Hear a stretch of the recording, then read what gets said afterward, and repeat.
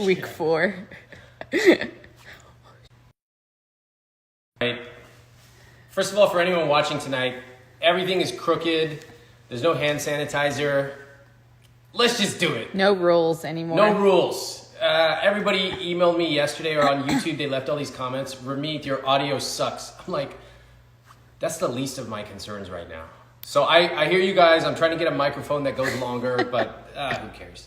Tonight I want to talk about some of my favorite travels. So there's only so much I can sit here and tell people to work on your emergency fund, but we will all travel again one day. And so I was sitting thinking today about some of the favorite places that I went and what made them some of my favorites. So I want to ask everybody, just follow along with me for a sec. Just close your eyes and think about the favorite place, the favorite trip you have taken in the last 5 years. Where were you? How did you get there? Think about the food you ate that one night. And think about that feeling of awe, that feeling of wonderment when you saw the city or the beach or the sunset or that ancient building.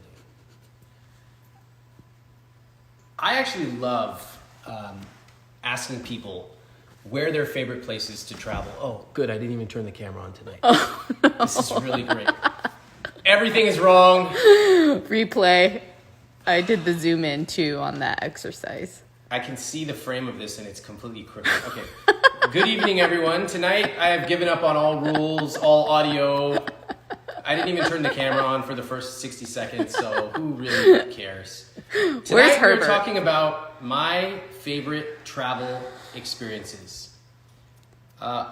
Some of my favorite travel memories. So I'd like to ask everyone to do 2 things. First of all, let's please acknowledge that Cass has a massive amount of burps tonight that she's holding in. Cass, so just let it rip. If you gotta go, just let it rip. All right, we're all here to support you. Sorry, I just ate. Second of all, I would like to ask everybody to follow along with me. I'd like to ask you to close your eyes, take less than 30 seconds, and just think back to that favorite travel place that you went to in the last 5 years. How'd you get there? Think about the smells when you landed and you got off the plane. Think about your favorite meal that you ate at that little out-of-the-way bistro or the little restaurant that nobody else knew about. And think about that sense of wonderment you felt when you saw that old building or that huge library or that sunset that you do not have in your normal city. And think about who you were with. What made it so memorable? To me, this is one of my favorite questions. And I learned this icebreaker question from the Disney Institute class I took. And I really love it because everybody's got a favorite place that they go to, that they've been to. So I thought, hey, we're not going to be here forever. And eventually we will be able to travel. And so I thought I would share some of my favorite travel memories and maybe hear a little bit about yours. So I was thinking, and I was talking to you, Cass, about some of the places that we have been. We went to Greece. Mm-hmm. We went for a wedding. We went to Puerto Rico. What was amazing was we posted this photo. It's still on my Instagram feed somewhere. Mm-hmm. And we went for a hike. First of all, we're like, yeah, we're in shape. Let's do the hike.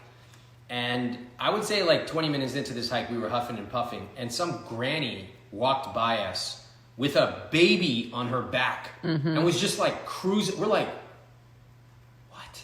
How's Granny crushing us right now? We posted this photo that's somewhere on my feed of you and me with literally trees in the background. Within 20 minutes, someone was like, El Yunque? I was like, what? Yeah. They can spot you anywhere. So you freaks who are stalking and geo-targeting or geofencing or whatever you call it, you can forget about it. I'm taking a green screen with me wherever I go. I'm putting it in my background. You're never going to know where I am. All right? We went to Positano. That was absolutely stunning. Very romantic. For anyone who's ever like kind of thought about where should I go for a romantic place, I've never seen a city like this. Yeah. So we had a driver who took us from, I think, Rome to Positano. And we started to get close to the city, and she was getting a bit nervous, like pretty uptight. She was calling somebody, and then she's like, okay, when we arrive, you have to be ready to get out of the car. And we were like, what? Why is this lady kind of like, what is her deal? She got to be somewhere? And then we got into the city, and I've never seen a city like this. It's one lane. It's not even two lanes. One lane that goes one direction. And when you have to pull over for guests to get out, every car has to stop behind you. So we stop. There's a baggage handler. He gets our stuff out. We get out. We say bye to the driver. Boom, we're gone. Like 30 seconds, hustled out. And then we walk. You're instantly at your hotel. You walk, and it's an entire city built on a cliff. It's like out of a Batman movie. And beautiful colors. I never forget that. Mm-hmm. So that was a really special place where we just like ate and just enjoyed it. It was like, I remember us just looking out, and we just said to each other, like, how is this real? Yeah. How is this real? How can people live here? Yeah. For generations. Yeah. That was one of the places where you think to yourself, like, how did humanity choose this place? Mm-hmm. I mean, that was amazing, and we'll never forget. Okay, so one of my favorite places that I have been and we have been is India. I have family in India, and I remember going at a very young age, and I remember going with my mom, occasionally my dad. We would never go together. I think we couldn't afford to all go, because I think tickets back then were like $1,200 per person. Yeah, that's expensive. That's a lot of money. Mm-hmm. And then to take like 2 or 3 people, it's crazy. So we could never afford to go all together. And by the way, of course we sat economy. I don't think back then a lot of people, at least not the people we knew, were flying business class. Mm-hmm. So we would fly economy. It's a 22-hour flight, usually with a layover in Germany. And my mom still tells stories about how she took 3 kids with her on the plane, young. And then once you get to India, I still remember this airport where you go down, it's just like packed with people. You go outside, there's throngs of people, and then one of our relatives would pick us up. We went, when I was young, we went there for summer, and I was like, I'm never coming back here for summer again. And I never did, because it is way too hot. But I still remember you see things in India that are truly magical, like you cannot fathom seeing them here. You'll see someone, you take them, like my sweater or whatever, and say, I would like this sweater with this design made on this fabric. And they're like, okay, come back in 20 minutes. You're like, wait, what? Do you have some magical color selector tool? They're like, no, I know exactly what dyes to throw in there, and it'll be done in 20 minutes. By hand. You see... just the way that a city has adapted. You think that New York has a lot of people, but it has nothing compared to New Delhi. Mm-hmm. And you see the extremes of extreme wealth and extreme poverty. And you'll be in a 5-star hotel, and then you'll walk outside, and there are people out there who are extremely impoverished. And I remember my cousin told me, Paul, when we saw him in India, he said, the way I think about people going to India is if you have any inkling of curiosity, you should go. And if you don't, you should never go. And I really appreciate that, because my friends have tried to get me to go to Burning Man. I'm like, no. Do I look like Burning Man? No. And they really respected that. They were like, cool. But if you ever do want to go, let us know. I feel the same way about India, where you will see things you cannot fathom from a Western perspective. It just doesn't make sense. But it will also completely change you forever. And Cass, in a minute, I want to ask you what your experience was, because you've been to India 3 times in 2 years. Mm-hmm. We went together. But I do want to talk about our first trip going to India together, which was about 2.5 years ago. So my family had never met you, and it was important to me that everybody meet you before our wedding. Mm-hmm. And I think there are a few things in life where you really want to be thoughtful about them, because people will remember it for potentially generations. Yeah. Like, who did you invite to your wedding? Things like that. Were you generous when the call came? Things like that. And so for Indian people, you want to make sure your relatives have met before a wedding. And so I said to you, let's go to India. And you were like, yeah, of course. And then also it turned out that we were going to go and get your wedding attire. Oh, yeah. So this is a common thing for Indian women. They go back to India when they're going to get married, even here in the States. They go back and they get all their clothes made, everything custom, and then they bring it back. Because you can't find that kind of stuff here in America. So we went, you remember how long our trip was there? Oh, what was it? 8 to 10 days, 8 days. I think? Yeah. And you met my family in India for the first time. Yep. And I have to say that, first of all, on a personal level, this was a different trip than I had ever taken because I had never gone without my parents. So I was going as an adult, like a real adult. A real man. A real man. And so that was a whole different ballgame because usually I had been there and I had kind of waited, what are we going to do today? And, you know, my mom would be coordinating with my relatives. But this time it was just me. I was making the plan. So it really felt like one of those rare pivotal moments where as an adult you realize how far you've come from being a kid. I do remember calling my mom at one point during our trip and I was like, we only have 8 days here. We have a lot of relatives to see and we're shopping all day. So I was like, I'm trying to make sure I see everyone and I'm inviting them to have breakfast. Like, everyone seems to be blowing me off. Like, they're like, oh, breakfast? Like, how about dinner? I'm like, there's only so many dinners I can have. Plus, we are asleep by 7:30 p.m. because we're jet lagged. And I'm like, how come no one's taking me up on these breakfast offers? Like, did I do something wrong? And she goes, nobody eats breakfast there. And I was like, oh. Not like New York brunch scene. Yeah. I was like, they want to have dinner at 9:30 p.m. I'm like, I'm asleep by 7. What am I? So anyway, that cleared things up for me, or for us there. I personally thought we would spend like a day or two shopping for wedding clothes. I've never shopped for wedding clothes. Turned out we spent 8 hours for 8 days. Like every day we were out at the market and at this place and that place. So that was a huge change for me. And also we did your wedding shopping. Yeah, we did shop too. for my stuff too. My aunt really loves, you want to tell that story about what I'll tell her. She might be watching right now. So she said to me, Ramit, what kind of clothes do you want for your wedding and what is your budget? So I was like, here's my Pinterest board and I have no budget. And she was like, really? You're the favorite kind of person that I like to go shop with. So she was loving it. She loved that. I think she told all of her friends. She did a great job. Your whole family did, taking us around. I mean, for hours. They were amazing. They knew all the places. They knew how to tell us what was in style. Yeah. And what looked good on us and what would be appropriate. No way we could have done it without. And they even, they came with us. Nice. Like they took time off work. They came. And then even your parents after, remember, they went to India and picked up my outfits, which was so nice. Yeah, too. you had massive amounts of stuff. Yeah. So we have a lot to be thankful for with having family there. Yeah.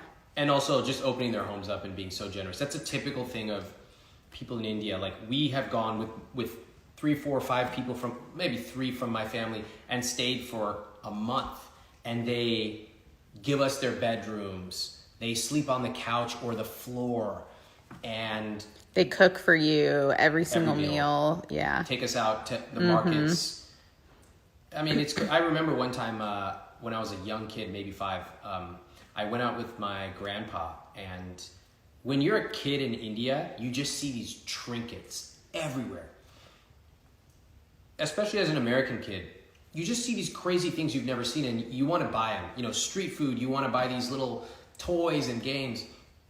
And I guess I pointed at a motorcycle and my grandpa bought it for me. And my mom was so mad. She's like, why did you ask him to buy that? That's too much money. Why did you ask him? Of course, he was so happy to be able to buy it for his American grandson. But I still remember that little motorcycle that he bought, probably for, I don't know how many rupees. So we went to India. We stayed with my family every night. No hotel at this point because that would be a big no-no to stay in a hotel when you're in that city. That would be like, they would remember that for generations. What do you remember about the India trip? The first one. Everyone was so warm and welcoming. And the food, I mean, just everywhere we went, there was just like amazing food everywhere. Like, what's an example? Oh, paneer, tandoori. Remember we went to that Loki? Is it Loki party? The fire party? Oh, Lordy. Yeah. Lordy, yeah. And, you know, when you go to a party in New York, it's like at a friend's apartment, maybe their rooftop at some bar. Everyone wears black. Yeah. And then they all bring these expensive pastries in and no one eats them and then you throw them away. You're like, thanks, that was really great. And then this party was amazing. It was like catered with every single type of food you could ever want. There was live music, that huge bonfire. Everyone was dancing. Yeah. That was pretty fun. Yeah, that was crazy. And also we had no nice clothes. Like we didn't think about bringing nice clothes. Yeah. And then my uncle was like, that's what you're wearing? And then also I didn't have any shoes. He's like, where's your dress shoes? I'm like, I don't wear dress shoes. It's called sneakers. And he's like, you can't get into this place wearing those shoes. I'm like, But that was amazing. Yeah. You see things like at a party where there's 30 different types of cuisines and 30 different people serving it. Mm-hmm. The service. Yeah. I mean, it was crazy. And then also, like, what about things that surprised you just like walking in the streets? What was your experience there? That must have been quite different.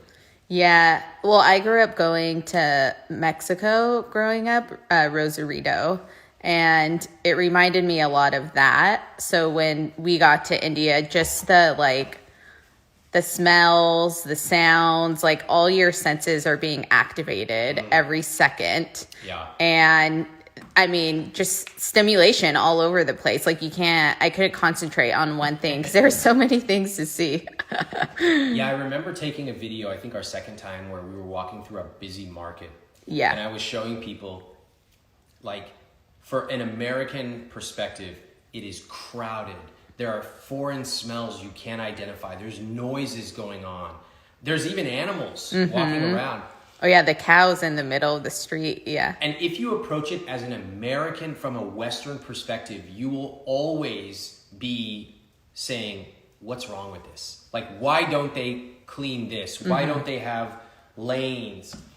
And I found myself doing that a few times too. And I had to stop myself and remind myself, like, we have to appreciate this culture from its perspective. And that's why I was showing that video, walking through the market with like thousands of people around us. And I was like, there's something special about this, but you have to be in the mental mind space to be able to appreciate it. So anyway, I thought you were awesome to come and see everything with such an open mind. Yeah, because it was so fun. Yeah, it could be overwhelming or just like so different. Yeah. But you showed up every day with a smile and tried everything, even sulf. Oh, which you really hated. No sulf. I love, have you guys ever seen that stuff when you go to an Indian restaurant? They have these little fennel seeds, those green things by the door when you're leaving. And people, well, white people, you guys don't eat this stuff. Try it, but you're going to end up spitting it out on the sidewalk. I told Cass, be careful, this is an acquired taste. And you were game. You're like, all right, I'll try it. Yeah. And then I watched you guys. I still have that video. And my aunt was watching, just cracking up. Yeah. You did a good job hosting. Oh, thanks. As well. Like, there's a lot of coordination, and you were kind of the middleman for everything, but you did a great job with that. Thank you. So I loved going for our first time, and we also discovered some things together. Like, there's Uber now. Last time there was no Uber. So we were actually like pretty independent. We could get around and... Oh my gosh, one thing that surprised me, so we landed in Delhi really early in the morning, I think. Oh yeah. And we got an Uber to my aunt's relative's house. Yeah. And Ramit, you really impressed me with your Punjabi. I was like, wow. Enough to get by in a taxi. I've never really heard you speak it like in 5 or more sentences, but you did good. Thank you. I remember going, I don't think you were there, but I was there with one of my aunts. We went to a gurdwara, a Sikh temple. And outside this very famous Sikh temple, you can buy certain Sikh relics, not relics, just like a comb or a kara. And I wanted to buy some for my dad so that I could send it to him. So there's a Sardar. Sardar means a Sikh man with a turban. And he was speaking what's called Pakka Punjabi, like a very village Punjabi. And here I am trying to speak to him. He doesn't speak English. And I'm saying like, what size and can I have this? And my aunt is just watching. And I'm talking to him. I'm kind of like trying to act it out, but also speak. And then I can kind of understand what he's saying, but he speaks, like I said, very traditional Punjabi. And then he turns to my aunt, and in his Punjabi, he says, this guy's hilarious. He's speaking English, Hindi, Punjabi, and some other language I can't even understand. Who is this guy? And I was like, oh my God. So, you understood that though. I remember you laughing. Yeah, I was cracking up because Punjabi is a hilarious language. Punjabis are known to be really funny. And the language itself is truly hilarious. So if you hear stories or jokes told in Punjabi, it's like you can't even translate some of it to English, but it is hilarious. Hearing this guy, I was like, yes, this is classic Punjabi humor. All right, so India, so we did that once. Mm-hmm. Then we did it again, which was, for our honeymoon. Oh, yep. Mm-hmm. That one we didn't tell people we were coming into town. We had I said, this is the one time in our life where we are not going to tell our family we're coming into town. And, I got in a little bit of trouble, but you know what? It's our honeymoon. So we were there that was part of the overall 6-week honeymoon. Yeah, yeah. And I had never stayed at hotels like that before. Yeah, me either. So I knew some of my favorite hotel in the world is in India. Mm-hmm. And so I had a bucket list of places I wanted to stay, and we did these magical things in terms of like high-low, palaces of hotels, but also going to a local woman's house and learning Rajasthani cuisine. Yeah. I still remember that. Mm-hmm. So that was just like getting a taste of different sides of India. The family side, the first time we went, the luxury and adventure side, and then we have some other places that we'll probably go in India that I've never been to myself. Yeah, so we want to go to southern India, coffee plantations, eastern India, basically all over the place. It's such a different world, and some of these places we look at, we're like, wait, that's India? Yeah. Even the people don't look what you would think. They don't look Indian, but it's such a diverse country. So I've loved that. One last place I want to mention, and then I'd love to hear what people are saying, whether it be comments about their favorite place or questions about any of our travel. The last place I want to mention is Japan. So, Cass, this is one of your favorite places too, right? Yes, love it. Okay. My favorite. We went to Japan in 2017. That is when I started doing Instagram stories. And I was so mind-boggled, blown away, that I was like, I gotta document what I'm doing here. And I started doing it my way. Lots of text, narrative structure. And I wasn't very good at it, but I just was so enchanted with what I was seeing. Now, I will rewind, and the first time I ever went to Japan was in college. I went with my professor, BJ Fogg. He invited me to speak with him. And we did a thing where we spoke on a stage, and they live translated it. Oh, and they had to remind us to slow down. Oh. So that was quite a trip. After that speech, our Japanese host, took us out to a dinner, a long multi-course dinner where you sit down on the tatami mats. And I was the youngest guy by far. Most of the folks there were professors from America, and then there were our Japanese hosts. And after like 45 minutes of sitting down, I'm like squirming around. Why? My legs are dying. I don't have the flexibility. And I'm looking around, and all these old professors are just totally comfortable. They're just relaxed and just having their sake. And I'm like, how am I the only guy who's just, my legs are being crushed? After an hour and a half, I looked down after shifting around in my chair, and there was a place to put your legs down under the table.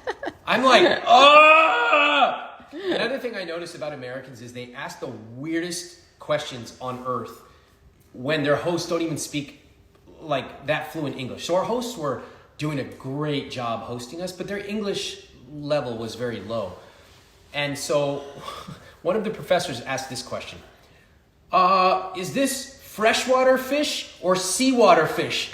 That's a very technical question. Some Americans won't even know what that is. I wouldn't. Yeah. And then our host like thought about it and they go, yes. And I was like, that's probably the best answer this guy could have given. What kind of question is that? Freshwater fish. Anyway, loved it back then. Back then it was so different and I loved the service. Even back then I noticed the hospitality was amazing. Then we went in 2017, we had a blast. And then we just went, and that was like a whole different level. Yeah, that was amazing. We pushed that. We did, stayed at some beautiful places, themed the whole trip around design. And so design, we were seeing old houses. And then we went on a cruise at the end, which I had. How's in here? How? Yeah. Oh, yeah. All right. Hey, what's up? Our travel agent for part of that trip. Yeah. So he knows our travel style, and we can talk about travel agents as well. I know. We should maybe have him on. Like, talk about, do an IG live or something. Oh, wow. All right. Talk about travel. Okay, so what, let me kind of turn it over to the crowd tonight. What, while you're pulling up something, I'll just give my final thoughts on Japan. So different than what we have in America. We are just scratching the surface of understanding it after being there 2 or 3 times, 4 times. The food, oh my God. We love it. Gosh. Absolutely love it. The design and also just the different cultural elements that force us to question some of our assumptions. For example, I like to think that I have a minimalist decor, but when we went there, we realized how much unnecessary stuff we actually have. Even in our apartment. We came back and I think we tossed out 4 garbage bags, like the first 2 days we were there. Yeah, we are very inspired. Very. And then I also grew to... Boy, this is a strong word, like almost a sense of disgust of seeing some of the artificiality around our design aesthetic in America where, for example, you ever look at the restoration hardware catalog and they have a ladder in someone's living room and they put a cashmere throw over it? And I'm like, why the fuck do you have a ladder in your living room? And it's just attached to a wall. It's not going anywhere. Why do you need a ladder to put a stupid blanket on? Why? I've grown to have a very visceral sense of disgust at unnecessarily contrived design. Wow. So thank you, Japan. And if I sound pretentious, so be it. What questions do we have, Cass? Okay, so... I'm so mad at those stupid ladders. Oh, wait, I just clicked okay. What's your process for building your itinerary? Okay. This is the one of the top questions I get. The first time we went on our honeymoon and we started posting all this stuff, the number one question was, how much does it cost? I was like, I'm not going to answer that. The second time was this question, which I like, because it's more like, how can I apply this to my life? So the way that we do it is, first off, I really love going on these trips. And so I'm always reading different travel forums. I belong to a couple of Facebook groups and things like that. I read all the travel magazines. And anything that looks interesting, I file it away. And I cross-link it under travel and also travel/that country. So that later in the year, you and I, we always talk like, where should we go next year? And if we decide to go to Bhutan, I have a list of all the places in Bhutan and all the things to do there that look interesting. So that's the first step, is just like, I'm always out there hunting around for interesting stuff and I see what looks good to me. Now I will note that we don't really care about museums when we travel that much. Like we rarely see them. And if we do, it's a specific type, a design one or a textile one. The last thing I want to do is go to a city and go to the TripAdvisor top 10 destinations to see. I'd have no interest in some of those things. But what are the things that you love when you go see a place, Cass? Well, food, first of all. Okay. Like off the beaten path stuff. Okay, so food. I would also say for me, the style. So just walking around to see the shops and stuff. Style being like the clothing. Yeah. For me, it's I love beautiful hotels that great service and fit the aesthetic that I like. I like design. So what are the most beautifully designed places? I want to see the homes if possible, because I think that really gives you an insight. And then all the things you said, I'm down with. Yeah. All right, so that's, and then, just to finish the thought, if we have a complex trip, we might work with a travel agent. I can talk to you about what that entails and what it gets you. Otherwise, sometimes we just make our own itinerary and go. Yeah. Cass looks like she's ready to move on. Next question. What city in India would you suggest to go for someone's first visit? I'm glad you asked because... Great question. Great question, and now I have the answer. The correct answer, start off in Udaipur, which is a beautiful lake city. It has my favorite hotel in the world, the Uday Vilas. And I choose that because it is calm and beautiful. It still has amazing Rajasthani cuisine. And it is India, and it has that small city, but it's not overwhelming. Once you get situated there, go to Jaipur. It's bigger. It has more things to see. It has a lot of awesome tourist things to see that we enjoy. We went there twice. And then there are so many other places you can go. But what I used to tell people was go to Delhi. And now I'm like, no, don't go to Delhi first. It's too crazy for your first city to land in. Mm-hmm. It would be like going to New York City times 20. Mm-hmm. So Udaipur and Jaipur are great two cities to start with. Mm-hmm. Oh, and Agra too, right? Oh, Agra, yeah. See the Taj Mahal. Yeah. Of course. Those three you can do. Yeah. Absolutely. Was it the Golden Triangle? Yeah, Golden Triangle. Okay, next question. Oh, have you ever been on a cruise? I've been on, I went on 2 cruises as a teenager. I mentioned to everybody that for some reason, all American moms love Alaskan cruises. Are there any moms watching tonight?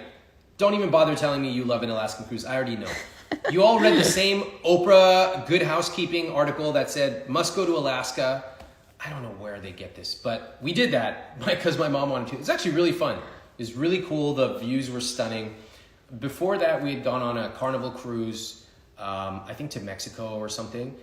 When we went on a cruise, by the way, it was something like $100 per night. I mean, really? We had the room with no window. Uh-huh. I think there were 3 of us, maybe 4 to a room. So when you close the door and turn off the light, it is completely dark. So we would sleep until like 11 a.m. We're like, it's so dark in here. Hello. But what do we care, right? It was affordable for us as a family at that time. And, we had a blast. We're eating all this stuff. And then the third cruise we went on was just now, which was the very beautiful one that I posted photos of on Instagram recently. Yeah, that was out of this world. Yeah, that was a whole craziness. How do you track your expenses and receipts? I'm assuming when it comes to travel. Oh, basically, that's a great question. So we know when we travel, like the last time we traveled was 6 weeks. So effectively every expense during that time on our credit cards is attributed to travel. And also we take out, I think, a little bit of cash, and so we credit that towards travel. Then, so that I think that's the big answer. If we need to break down some expenses between you and me, we kind of know what that is. Yeah. But that's how, would you say that's accurate? Yeah, we were pretty close to our budget on this last trip, which was good. Yeah. Yeah, we did a good job. Yeah. Okay. Next question. Oh, so how far in advance do you start saving and planning for your travels? Planning, I want to be booking anything that needs a big reservation. I would say maximum of 6 months out, like if not 8 months out. Because some of those hotels, they book up. Some of those restaurants, if you're going, or whatever tour, those book up. So 6 to 9 months, I think, is the sweet spot. If you get let's say on a trip for 6 weeks, Cass, what do we have like true reservations for? Maybe like 6 things. Yeah. A couple of hotels that are must-haves. Yeah, hotels. Couple of restaurants and tours. And the rest, we knew we could fill it in as time got closer, or even just once we got there, we have open space. What was the other part of the question? How far in advance do you start saving and planning? I think you answered that. Yeah.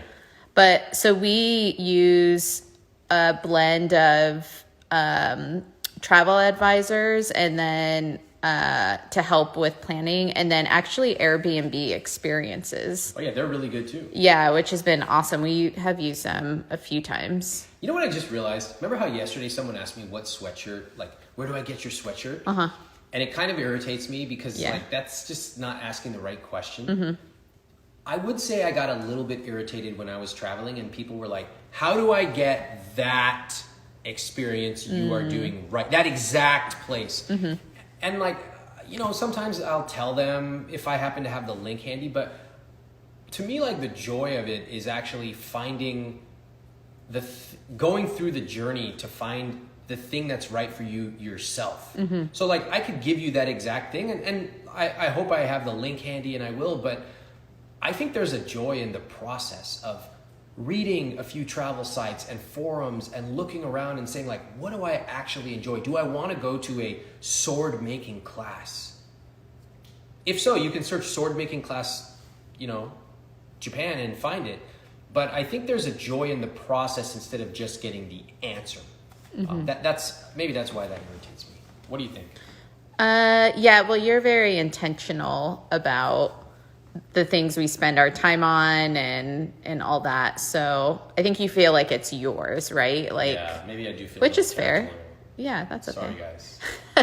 So don't ask for the links. I'm just kidding. Don't say me. Okay, next question. Can you speak Punjabi now? Say something. No. Really? What is this? Come circus? on. No, I'm not gonna. Any funny travel mishaps? Ooh, that's a good question. That's a very good question. Let's think. Greece. Well, I feel like there's something that happened. Puerto Rico. Oh my gosh, your passport story in Japan. Oh, and yours, right? What happened to... Okay, so in Japan, we were fine. This is the first time we went together in 2017. We're at the airport coming back.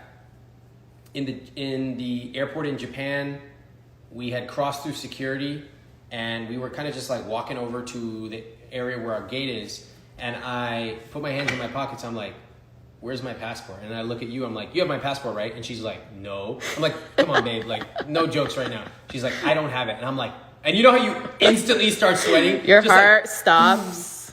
I'm like, oh! And we go up to somebody and ask them for help, and you know, they try, but they're like calling and then like, no, I don't know. It's just like, we couldn't figure out what's going on. And they were like, just go sit down. And we're like, where's my passport? And then you were really scared. Yeah, because I'm like, if I don't have this, I don't know what to do. I guess it wasn't part of the plan. I didn't factor that into my model. And then, you know, our flight was about to board in like 45 minutes. And then 30 minutes later, somebody comes up to me and they go, here's your passport. And I was like, how did that happen? So it's okay to lose your passport in Japan. Yeah, just throw That's it the anywhere. one place you can lose it. But let me tell you an even better story. This is truly bonkers. Oh, yes. Oh my God. Okay, so here we are in Japan. This is just a few months ago. And we're on a train coming back from somewhere to somewhere. And the bullet train. Mm-hmm. We get up, we get off the train, and like 2 hours later, Cass goes, where's my iPad? And then she goes, do you have my iPad? And I do the same, no, I don't have it. And then she goes, I left it on the train. And I was like, ah. So she left her iPad on the bullet train. And then she starts like getting frantic, whatever. She Googles around, and then the next day she goes, will you go to the Tokyo train station to go to the Lost and Found?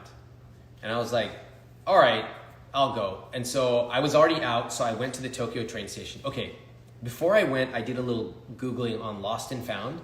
And on the Japanese website for Lost and Found, it says, if you lose something on the train, you have a very good chance of recovering it. That's a government website saying it. Our government can't do shit. And this is the Japanese government saying, you have a very good chance. Oh, I'm like, what? So, you know, I'm in Japan, right? Everything I'm filming. Ooh, how's this gonna go on my IG story? I go to the Lost and Found.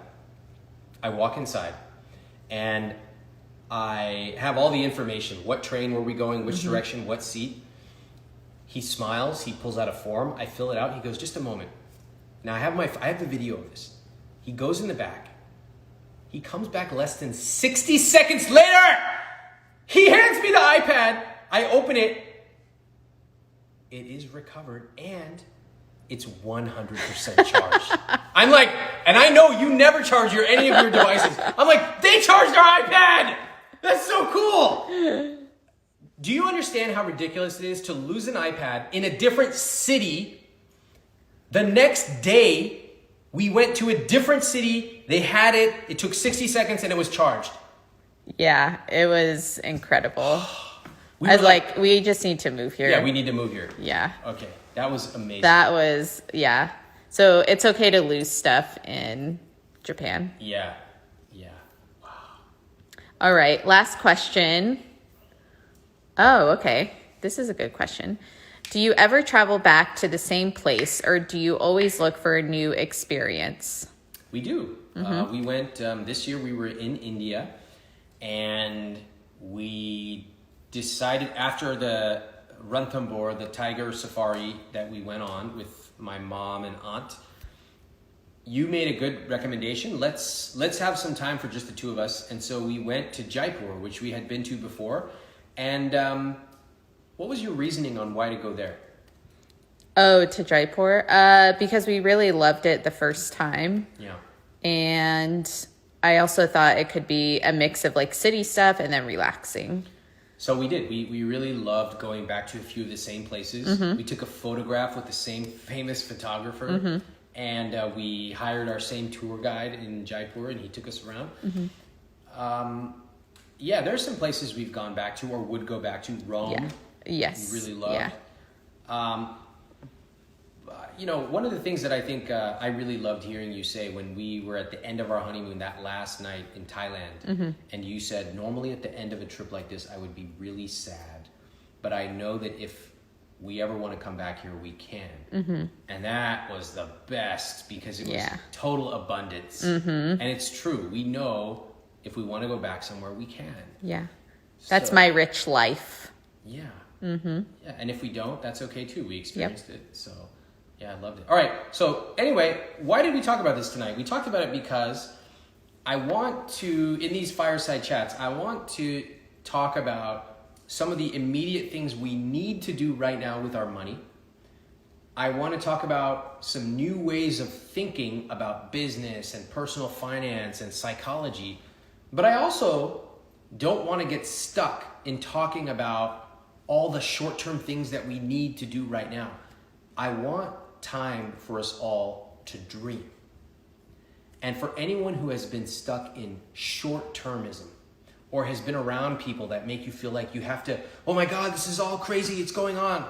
Sometimes life is crazy, but if it's crazy for too long, if you find yourself constantly being overwhelmed, then something is wrong. You got to make a change. And so that is why tonight I wanted to shift gears and really talk about places we've been and hopefully inspire you to think about where you might want to go next. And whether that happens in 6 months or a year and a half, nobody knows that. But I know that I'm still dreaming. I'm still making a list of the places I want to go, that I want us to go together, and the things we want to do.